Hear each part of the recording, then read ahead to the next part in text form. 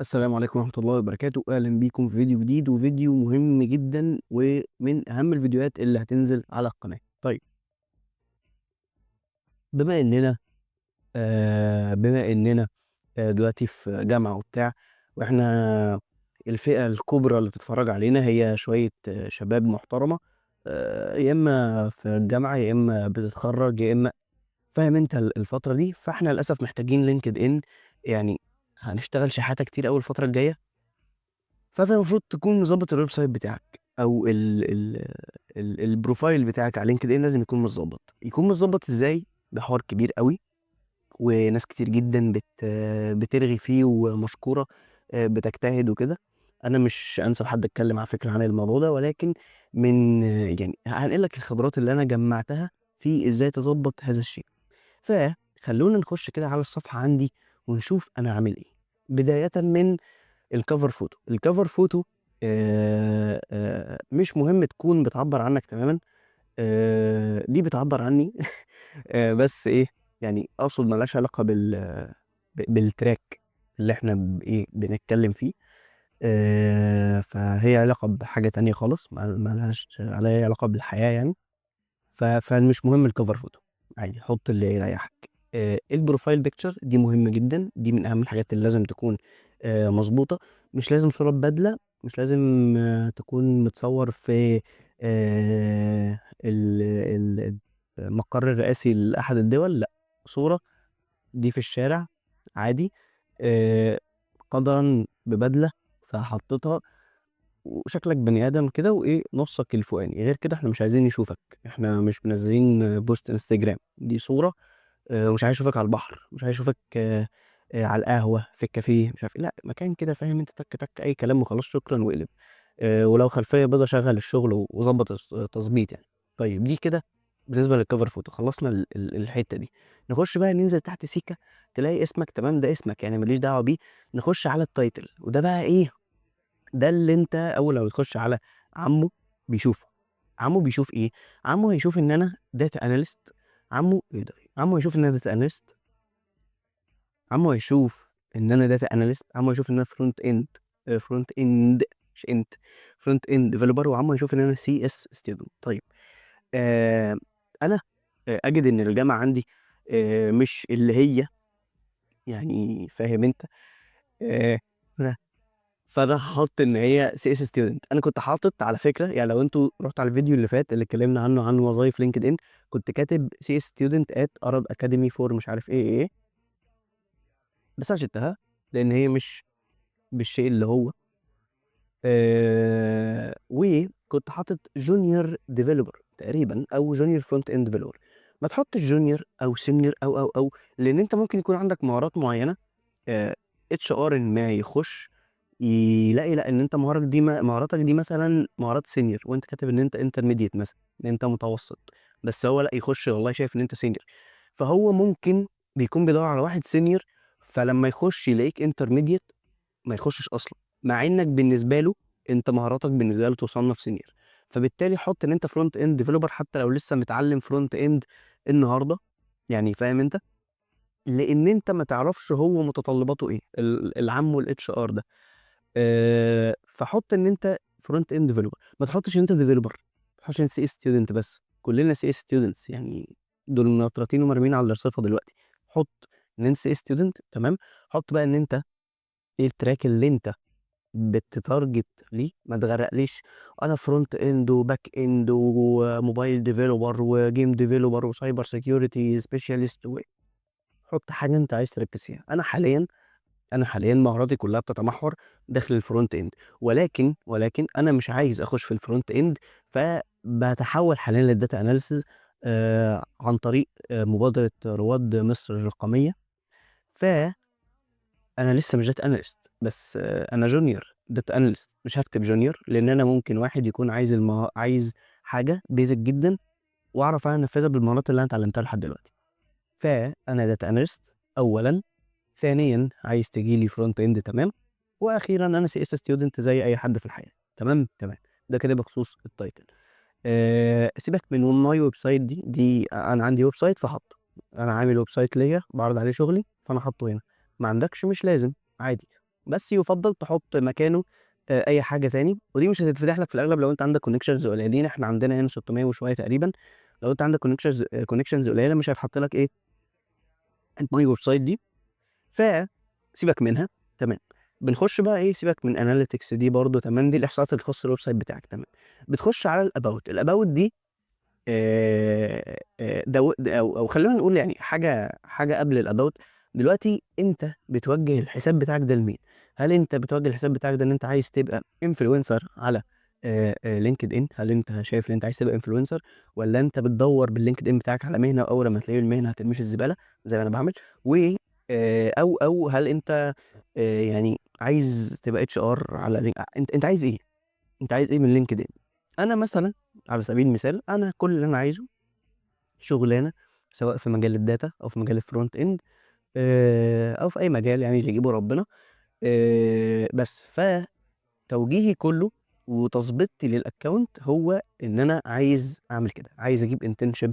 حاليًا في الفترة اللي أنا فيها دي أنا محتاج internships، فتضبيطي للaccount بتدُل على كده، تمام. الabout you بتاعتك دي مهمة جدًا، دي هي اللي بتلخّص أنت مين وإيه، بعد طبعًا الtitle، دي اللي بتلخّص أنت مين وإيه. أول لمّا تلخّص كل الكلام ده الشخص اللي هيقرا هيفهم أنت بتعمل إيه، أو هيفهم هو لمّا ينزل تحت هيشوف إيه. أنا دلوقتي زي ما قُلت لكم أنا عايز internships، فأنا مهم جدًا إن أنا أكتب إن أنا في السنة الأخيرة من الكلية computer science at مش عارف مين، إن أنا عندي multiple skills وtools ومش عارف إيه في الweb والUI UX والsoftware وإن أنا حاليًا باعمل shifting للdata analysis تمام، تمام. ده كده الabout me بتاعتي. أنت بقى لو أنت والله شخص influencer اكتب بس إن أنت بتinfluence الpeople في track معيّن أو في سكة معيّنة. أنا ما أعرفش الinfluencers دول حياتهم بتبقى عاملة إزاي على LinkedIn، ولكن أغلب الناس بتخش LinkedIn عشان الوظايف وكده، فإحنا دلوقتي عايزين نجيب internship، فأنا هدفي أجيب internship، فأنا حطيت الحاجات اللي تهم الشخص. دايمًا الinternships بيفضّلوا ياخدوا خلاص اللي هيتخرّجوا والكلام ده، فأنا خلاص حطيت إيه، إن إحنا fourth year وإن إحنا والله عندنا مهارات في الweb والUI والdata وبنشفت الdata analysis وإيه، وعايزين نشغّل الشغل. ده كده about me صغيّرة وstraight forward على حسب اللي أنت عايز تعمله. دي ممكن تشوفها generalized، بس أنا عايزها generalized علشان أنا محتاج إن أنا أخُش internship في أي حاجة، أنا مستعد أخُش في أي حاجة، فأنا مش عايز اللي يخُش يلاقيني مثلًا cyber security specialist، فوالله هي internship front خلاص مش هاخدك، لأ يا عم أنا خُدني في أي حاجة، أنا دخّلني وأنا هادوس، تمام. ده كده بالنسبة للabout. في section بنحطه من هنا، اسمه add profile section. هنا بتلاقي سكاشن كتيرة جدًا أهمها الcore، يعني حاول الcore دول كلّهم يكونوا محطوطين، والrecommended منها الfeatured والlicense والcertification والprojects دول مهمين جدًا. الadditional دول كلّهم ما لهمش لازمة تقريبًا، فإحنا حاطين أحدهم من الrecommended، حاطين الfeatured. إيه section الfeatured ده؟ section الfeatured ده أنت ممكن تحط فيه حاجة موجودة already عندك على الaccount أو حاجة مش موجودة، زي ما تقول كده header للبتاعة بتاعتك، أهم البوستات اللي أنت نزّلتها أو أهم الإنجازات اللي أنت عملتها، أو عايز تحط CV زي ما أنا حاطط، مع إنه ممكن لو دخل على الweb site هنا ممكن يخش على الCV، ممكن يخش ويحمّل الCV، لكن لأ، أنا عايزك يا عم من غير ما تخش، لو أنت ما دخلتش هاصطادك واخلّيك تشوف الCV برضه من هنا، فأنت لو دوست هنا يفتح لك الCV بتاعي. طيب عايز أورّيك المشاريع بتاعتي، أصطادك برضه، ممكن لو أنت دخلت هنا تشوف المشاريع، بس أنت ما دخلتش هنا، هاصطادك هنا برضه وأنا حطيت لك link. بتعمل إزاي بعد أمّا تحط الfeatured ومش عارف إيه، هتعمل add post أو article أو link أو media تمام، بس وأنت بتضيف اللي أنت عايزه. هنا الحاجة الرابعة اللي أنا حطيتها أحد البوستات إن أنا اتقبلت في رواد مصر الرقمية كdata analyst intern. بوست كمان best project إحنا خدناها أنا والteam في الجامعة، تمام. ده كان أحلى بوست بقى نزّلته على LinkedIn وإنجاز أنا فخور بيه فحطيته. ده كان إنجاز عملته في الجامعة، وكان إنجاز برضه أنا فخور بيه جدًا فحطيته. بس دي كده الfeatured أو دي أهم حاجات أصلًا على LinkedIn عندي، بقية الحاجات أنا شايفها ما لهاش أي لازمة. بس إحنا بنحاول نبقى active يعني، تمام. ده بالنسبة لخانة الfeatured. خانة الactivity دي حاجتك اللي أنت بتنزّلها، يعني سيبك منها دلوقتي. نخش على خانة مهمة جدًا وهي الexperience. خانة الexperience بنضيفها برضه من فوق، بالنسبة add profile section بنخش عليها وإحنا كنا عايزين experience تمام من الcore education position service مش فاكر جه منين يا اخي. آه، آه، آه، آه، امم تصدق مش فاكر. ايه الكثفه دي يا اسطى؟ هو انا اي ثينك ان هو كان موجود ديفولت في الاكونت، اظن بيبقى موجود وفاضي. اظن انا مش متاكد من حاجه زي كده، بس هنحاول نتاكد يعني. بس خلونا دلوقتي الان مع السكشن بتاع الاكسبيرينس يعني. السكشن الاكسبيرينس ده انت بحط فيه كل الوظائف والانترنشيبس انت نزلتها قبل كده. ف انا حاليا حاطط، وبيتحطوا هما بالترتيب، هو لينكد ان بيرتبهم على حسب ترتيب الشهور والتواريخ يعني. اقدم حاجه عملتها ان هي كانت فرونت اند ويب ديفلوبر تريني في شركه اسمها اي اس تي هاب ايجيبت. بعد كده اي تريني، دي سي اس ستودنت. دي ممكن تشيلها من اكسبيرينس، يعني هي ملهاش لازمه ان هي تتحط في سيكشن الاديوكيشن كده كده. عندك جونيور داتا اناليست في ديبي، اللي هم رواد مصر الرقميه.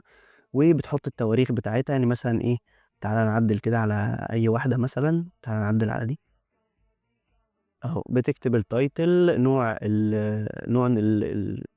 التوظيف ده نوعه ايه، دي نوعه انترنشيب.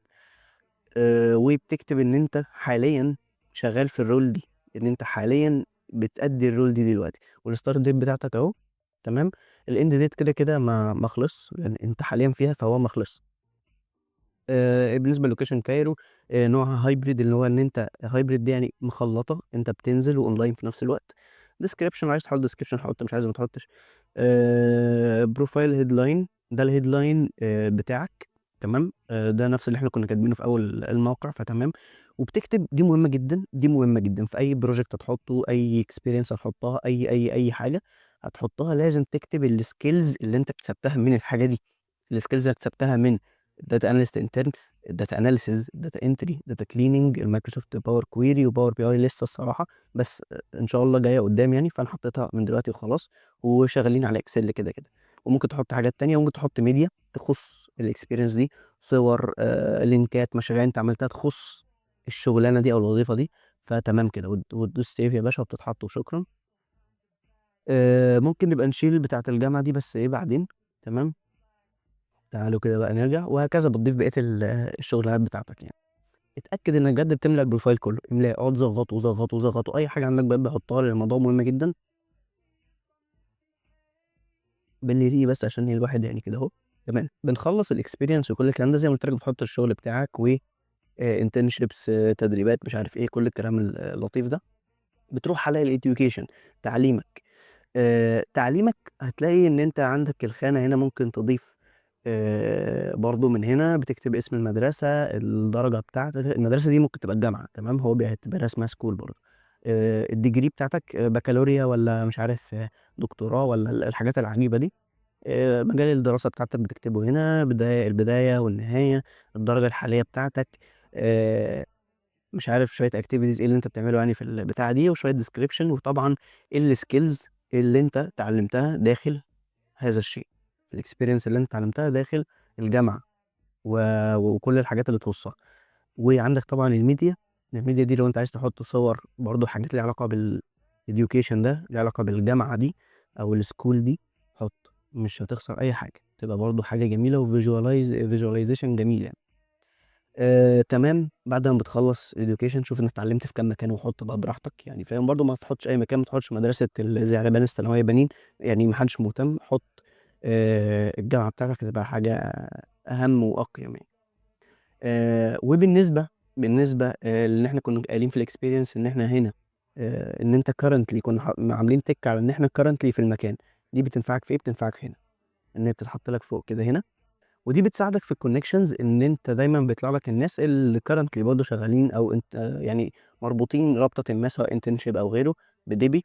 وبرضه بنقول في الاديوكيشن ان احنا كارنتلي بنتعلم في المكان ده، فبيطلع لك برضه الناس اللي مربوطين بالجامعه دي، او الناس في نفس الجامعه والاديوكيشن بتاعهم في نفس الجامعه.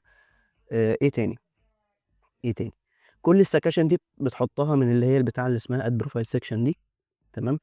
احد السكاشن اللي انا بجدها برضو مهمه ومميزه، اللايسنس والسيرتيفيكيشنز. ده بتحط فيه الشهادات والحاجات اللي انت اكتسبتها يعني. لو انت شايف فيه شهاده مهمه انت عملتها، انجاز معين انت حققته، ومش عارف ايه والحاجات دي، حطها هنا. دي تخص بيست بروجكت، جايزه بيست بروجكت خدناها الترم اللي فات، حطيتها هنا. دي بنقول فيها ايه وانا فتحت صفحه الجامعه. اه، يا ساتر يا رب، يا ساتر يا رب. تمام. بتفتح هنا مثلا، او اديت بقى، خلينا اديت، خلينا اديت عشان افرجكم. يا عم ابعد يا عم، عايز افرجكم على مكتوب. امم تمام. هنا احنا حاطين ايه؟ التايتل ان هي بيست بروجكت اوورد، ده جايزه بيست بروجكت، ده التايتل بتاعها. ممكن احط بيست بروجكت ان كذا كذا كذا، بس كسلت. مربوطه بايه؟ ايه الاورجنايزيشن اللي عملت ايشو، اللي اصدرت هذه الشهاده، الجامعه. اتقدمت لك امتى، يوم كذا، هل ليها اكسبيريشن ديت لو الشهاده دي بتقعد فتره معينه. يعني مثلا لو انت عندك شهاده ايلتس، تويفل، مش عارف ايه، شهاده الماني، شهاده زعربان، اي حاجه، فاهم؟ حطها هنا. وطبعا التويفل والايلتس وشهادات الالماني والحاجات الغريبه دي بتكون ليها اكسبيريشن ديت، ما بتقعدش العمر كله عشان تقعد ايه تتفصل كل شويه بتدفع فلوس، فبتحط الاكسبيريشن ديت بتاعتها. لو ليها اي دي، لو ليها يو ار ال، مش عارف ايه، كل الكلام ده. طبعا اهم حاجه السكيلز، السكيلز مهمه موت بجد بشكل غبي. هي اللي بتنشط كده السيرش انجن، وعلى حسب الاتش ار بيدور على ايه، هيطلع له بيزد على السكيلز بتاعتك. فالسكيلز اللي اكتسبتها من المشروع ده برضو كان مش عارف الكام حاجه دول. ودي شويه ميديا، صور انا حطيتها ايه، تخص اليوم بتاع الجايزه ده، الشهاده والايه، الصوره اللي خدنا فيها الشهاده. تمام. ممكن نرجع. تمام. آه عندك مشاريع، هتقول لي انا عندي لينكد ان وبتاع، ولا قصدي عندي جيت هاب يا باشا، حط، حط، مش تخسر حاجه والله. حط البروجكتس بتاعتك، خلي البروفايل بتاعك كده ايه، دسم، فاهم؟ خلي اللي يخش يتكيف كده. اغلب الناس ما بتعملش الحركات دي، وتحديدا انت لو انت في مكاني، فانت الحاجات دي مهمه. انا ارجو الكاميرا ما بتكونش اللي هو بتقعد ترعش كده، لان الموضوع ده بيضايقني جدا، وهو مشكله اضاءه، وانا مكسل اصلحها يعني. فخلونا نشوف كده ايه ايه المشاريع اللي حطيتها. برضه عندك مشاريع، كان مشروع اسمه رفوف، ده اللي خدت فيه البيست بروجكت، ومشروع تاني اسمه ريد.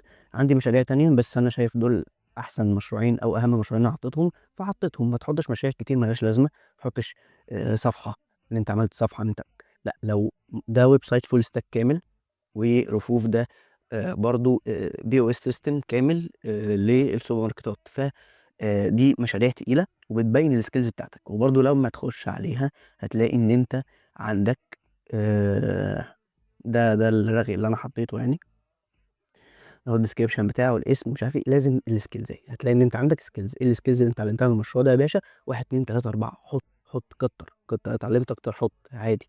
هتحط طبعا ميديا، ستارت ديت، اند ديت، مش لازم. وتحط الرجاله اللي اشتغلوا معاك في المشروع ده لو في. تمام. واسوشيتد ويز المشروع ده مربوط بمين، مشروع مربوط بالجامعه، ست الكل. بس ولو عندك مشروع تاني بتحطه، وكل الكلام اللطيف ده. دي بقى ايه السكيلز عامة بتاعتك. عايز تزودها زودها، عايز تقللها قللها. هو مجمع حوالي 60 سكيل من كل الحاجات اللي انا حاطط فيها سكيلز. تمام تمام. بس ودي حاجة تخصك انت، الحاجات اللي انت عامل لها فولو، الانترستس، مش عارف ايه. فبس، بس لينكد ان بسيط جدا، مش رخم ومش صعب ومش كل الكلام ده. ولكن على حسب هدفك. ما تقعدش كل شويه ايه، تخش، فاهم؟ كونجراتس بتنجان، مبروك يا زعربان، ويل دان، مش سيبك من الكلام البتاع اللي انت اصلا ما بتكتبوش ده. اصلا ده بيبقى مكتوب في الكومنتات، البتاع بيرشحه لك. احنا عايزين نتفاعل. نتفاعل ازاي؟ انت دلوقتي عايز شغلنا، القط يا باشا، خش هنا على الهوم، واقعد كده دور، اكتب اتش ار ات كذا، مش عارف اعمل ايه، دور، خش كده شوف اتش ار، اعمل لهم كونكت، اعمل كونكت مع اصحابك، وجب معاهم يظبطوا معاك البوستات وبتاع. بس احنا عايزين نخش على الاتش ارز نكلمهم، خلي الناس تكلمك، نزل بوستات بكل الانجازات اللي انت بتعملها. لو انت شايفه انجاز بسيط نزله، لو انت في مرحله بدري نزل الانجاز. محدش يعني هيقول لك ايه يا اسطى اللي انت منزله ده، عيب كده، احنا على لينكد ان، مفيش الكلام ده. نزل، نزل ولا يهمك. الصفحه بتاعتك اعمل فيها اللي انت عايزه، ولكن اهم حاجه ركز انت بتنزل ايه وبتنزله ازاي. طريقه كتابتك للبوست اكتبها بالاي اي، محدش هياخد باله على فكره خالص. لو انت ذكي، لو انت ذكي وانت اللي كاتبه، بس مخلي الاي اي اللي يكتبه لك، ركز معايا، انت اكتبه بس خلي الاي اي يكتبه لك، بمعنى الكونتنت او الكلام اللي مكتوب نابع منك، بس طريقه الكتابه انت مش محترف فيها، فبتروح تقول لشات، بتروح للشات تقول له تعالى بقى يا وحش، اكتب لي بوست عن الانجاز اللي انا لسه عامله ده، ايه هو الانجاز، واحد اتنين تلاته اربعه، والإنجاز ده كان يخص المجال الفلاني، المشروع ده مثلا لو هو مشروع فهو عملنا implementation فيه 1 2 3 4 5 6 7 8 مش عارف ايه، واستفدنا منه 1 2 3 وخدنا عليه جايزة البطيخة الكبيرة وكل الكلام ده. الكونتنت انت قايله، التفاصيل كلها بتاعت البوست انت كاتبها، ولكن الرصة بتاعة الحاجة وطريقة صياغة الكلام ومش عارف إيه، ما تكتبهاش، ما حدش مهتم، خلّي شات يكتبها لك، وصدّقني لو في حد عرف إن أنت اللي كاتبها يبقى اعمل لي اعمل لي unsubscribe، بالمناسبة اعمل لي subscribe.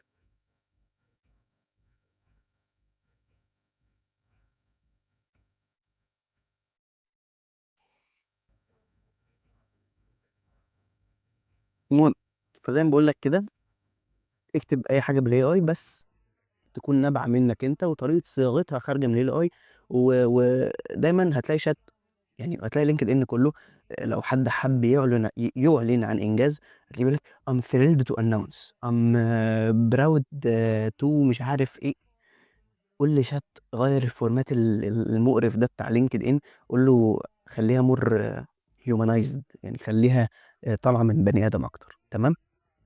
فبس كده، إحنا ما عندناش يعني حاجة تانية نقولها، تعالَ نخش على البوستات، أنا هتلاقيني على فكرة كاتب thrilled to announce عادي جدًا، عادي إن أنا باكسّل، زي ما قُلت لك هدفي مش بالبوستات، أنا هدفي إن أنا إيه، أخُش ألقّط أي intern يا باشا وفاهم أنت، دشدش الدنيا، هتلاقيني بُص happy to announce بدل thrilled عشان إيه، فاهم أنت كده، هتلاقي ده عامل repost البوست، ده هنا مش عارف إيه، ولو أنت على LinkedIn مهم موت، مهم موت، مهم موت، أول شركة دايمًا هتطلع لك اسمها كود ألفا، دي شركة نصّابة، أنا اتّصيت فيها، ناس كتير جدًا اتّصلت فيها، دي شركة نصّابة، دي مش internship حقيقية، ما حدش يخش، وهتقبلك في لحظة وأنت هتنبهر لإن أنت هتبقى فاهم، اللي هو نفسي في intern مش قادر، ده كان أنا، وده كان أول intern أخشها، ودي أول intern أتّص فيها لإن هي مش intern، هتلاقي شركات كده لطيفة جدًا على رأسهم كود ألفا، شركة اسمها كود سوفت أهو، في شركة تانية اسمها مش عارف إيه، يعني بُص ابقى خش عندي على LinkedIn هتلاقي link في الdescription، خش على البوست ده، البوست ده بيحذّرك من الكام شركة اللي هم إيه، بتوع النصبايا، دول كلّهم شركات هنود ماشي، تبًا، تبًا بجد ليهم، النصابين مش كلّهم يعني، تمام، بس هنا ده بتاع أهو، ده project showcase كنّا باعرض المشروع، إيه القرف ده يا عم في إيه، المشروع اللي إحنا عملناه، تمام، ن ن ن ن ن ن ن ن ن ن ن تمام، ده البوست بتاعنا thrilled أهو، أهو أنا وقعت في الفخ الخاص بيّا أنا أهو thrilled to announce أهو، ده كلّه حاجات يا باشا ChatGPT اللي كاتبها، أنا مش لسه هاكتب أهو proud to share this ChatGPT ChatGPT جدًا، بس a new milestone الحاجات دي غريبة موت، بس يعني مش مهم أوي، مش مهم أوي، عايز تكتب بالعربي بجد اكتب، أنا كنت باكتب بالعربي في الأول، وعادي جدًا إنك تكتب بالعربي، لو أنت بتتارجت برضه على حسب، لو أنت بتتارجت كلها شركات أجنبية ومش عارف إيه اكتب بالإنجليزي، أنا باتارجت أي حاجة يا ابن عمي اللي يجيبه ربنا، فباكتب باخلّط عادي عربي وإنجليزي وبتاع وكل الكلام اللطيف ده، دي حاجات تخص الكود ألفا المضحكة اللي أنا أهي، ده شكلها عامةً، هو أنا عامل لها follow؟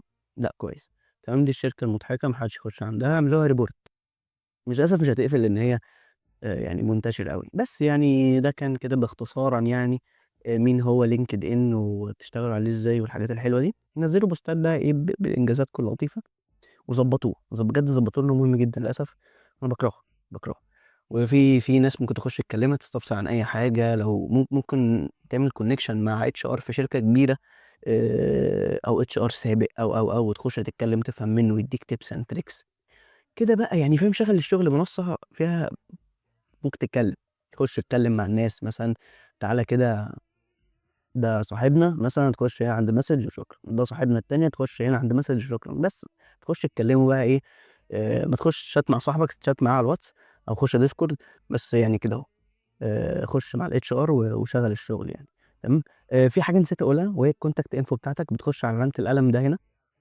علامة الإعلان دي مهمة، بتخش تضيف شوية حاجات كده تخصك الname والاسم ورقم التليفون والعنوان والبريد والحاجات دي، يعني تفاصيل إيه لو حد عايز يconnect معاك يعني والإيميل والكلام ده. بس أنا مش شايف إن في أي حاجة تانية ممكن تتقال يعني. بس أهم حاجة اعرف أنت عامل الaccount ليه. بس أنا عامله علشان أعمل internships، فباخلّيه بstyle لو في HR عايز يعيّن واحد، لو دخل هيبُص بَصّة، هيتِف على الaccount ويخرج، ولكن هيبُص بَصّة بس. عايز تبقى influencer، أنا ما أعرفش الصراحة، يعني ما ليه influence على LinkedIn يعني، ما تبقى على البتاع وهتاخد فلوس برضه على الإنستجرام يعني والكلام ده، فاهم؟ المهم يعني بس، ده كان كل إيه، ده باختصارًا يعني كان كل ما يخُص الLinkedIn. آآ بس كده، يعني شوفوا محتاجين إيه تاني وهنتكلم عنه، وبس كده يعني ما فيش حاجة تانية أقولها الصراحة. أشوفكم في الفيديو الجاي، والسلام عليكم ورحمة الله وبركاته.